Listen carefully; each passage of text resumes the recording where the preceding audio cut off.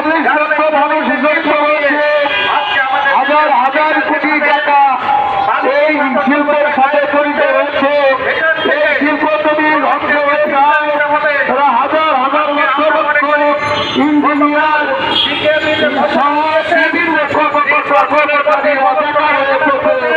অর্থনীতিকে ধ্বংস করে আসবে।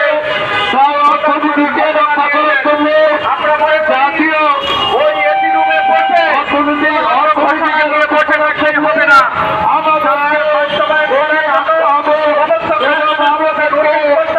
এই সরকারের দাবি মেনে নিতে হবে।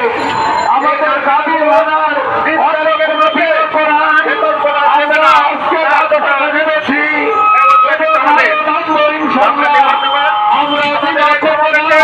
আমাদের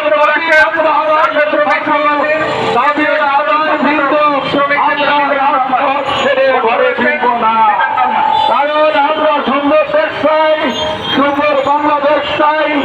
আমাদের এই সুন্দর দেশ, সুন্দর বাংলাদেশ প্রতিষ্ঠা করার জন্য